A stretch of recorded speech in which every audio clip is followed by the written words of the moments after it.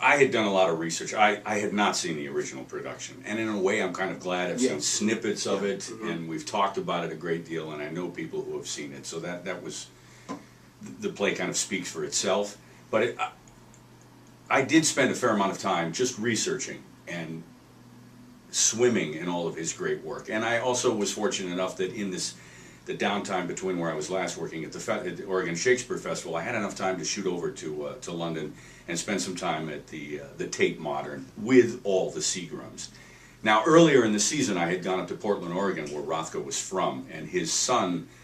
was giving a lecture, hour-and-a-half lecture, with a series of his early work and developing into his later style of what we have here in red. And I was just kind of, I was hit by all of this, and I wasn't able to take a lot in, but it was great early foundation work, so that by the time I had done my own research and made it to London and could spend some time alone in the Tate Modern with the Seagrams, the way that Mark Rothko wanted them set out, with the kind of lighting he wanted, the kind of atmosphere he wanted, I was completely swallowed by them. It's actually kind of hard to talk about, because I don't want to seem, I mean, the man was a genius, and I don't want to pontificate my ideas about who or what I think this individual is, but it has had a profound effect on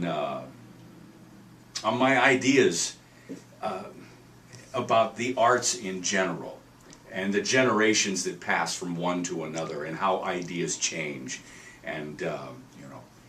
we're always dealing with that in the arts, whether it's jazz, ballet, opera, theater, what's new, what's old, what's classical, what's not, what's good, what's bad. All of those things are in this. And so knowing Mark Rothko from a historical standpoint was important, but it was really just a springboard into the work we've been doing. And you know, it's interesting. Maybe this is sort of speaks to the superstition of those of us in the theater. But knowing that Michael sat in front of those Tate,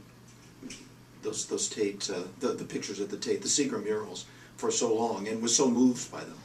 sort of gave me a kind of confidence, you know, that he has sort of embodied Rothko